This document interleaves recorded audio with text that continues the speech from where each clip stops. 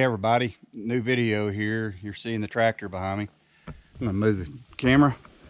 So what I've got cereal rye and the tractor's ready to go. And the reason I'm planting again is because the turkeys destroyed our food plot. And that might not seem like a big deal, but I raise deer so I can eat deer. I'll harvest 1 to 3 depending on the freezer. We use it for our food source, and with the price of meat right now, everything being extremely high, it's even more critical that we harvest some deer. That said, the freezer is starting to get empty because it's that time of year where I start harvesting deer, but I need a food plot to do that. We're in Tennessee. We're not like Texas. You can't have corn feeder. It has to be what they can eat. So I'm going to go down to another food plot. I'll show you a technique that I'm using. And it works to help keep the turkeys from eating the fields up. That said, also, with some, I had a comment already, why don't you just harvest some turkey? I'm one of the few counties in my state that doesn't allow fall harvesting of turkeys. There's some kind of politics with that because the biology science behind it's not true. And like I said, we use the meat to help stretch our budget out. So you see behind me, this is what a good food plot looks like. And the technique that I use, I'm gonna move the camera again, get down here.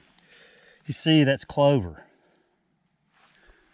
I found out that if I establish this in clover, then come back and slightly put wheat seed on top of it, then slowly, barely put the disc on it, drive that seed in the ground, the turkeys won't eat it. I'm going to put the camera up. This is a great field. It took me 3 years to establish it. And another good thing with the clover, it's putting nitrogen in the ground. So that's free fertilizer. And I'm also building up my organic matter when the wheat dies off.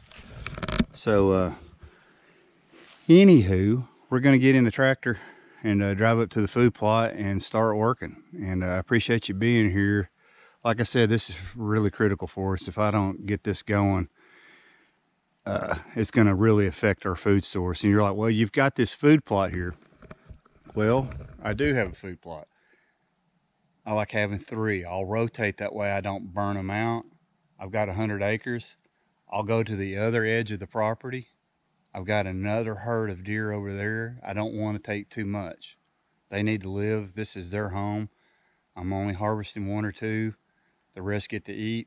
I'm into raising deer. I want to see them grow and be healthy. The turkeys have hurt that.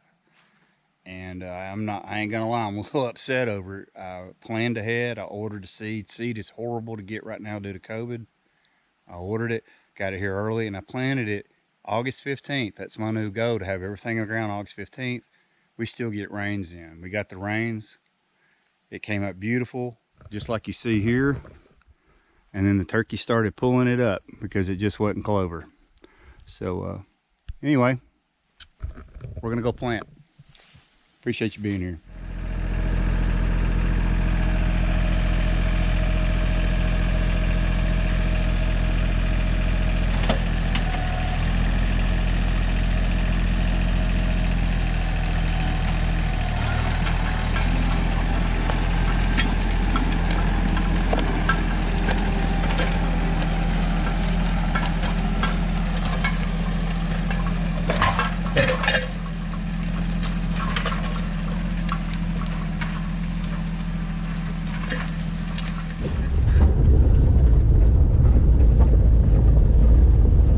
So we're heading to the shop.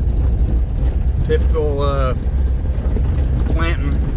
We had a stabilizer bar break. This land is really rough on it. You hit a rock and those bars want to bend and eventually strip and then they break. So we're going to the shop, dig through a pile of crap. Hopefully I got another stabilizer bar. This is to be the 4th set I've gone through on this tractor. I went to Massey Ferguson and upgraded, but the land's just too rough on it. So anyway, we're heading to the shop. So I'm using I call it a crank spreader. I've got one of these in backup. If you're going to use these, you need 2. Every once in a while these gears jam up and you're in the field and you get mad. I've got a big spreader for seed, but with the price of seed right now and hard to get, I can be more accurate with the bag. I can go where I want to go, crank it up, crank it down. The broadcast seeder has a big motor on it, and once you turn it on, it's going everywhere, and it's better for big fields. I use it for our dove field. But right now, I'm just going to spread it out. So I'm putting down wheat, then I'm going to put down cereal rye, and then I'm going to lightly disc over it, and hopefully the rains come. And you can see how it's coming out. I can stop and put it right where I need it.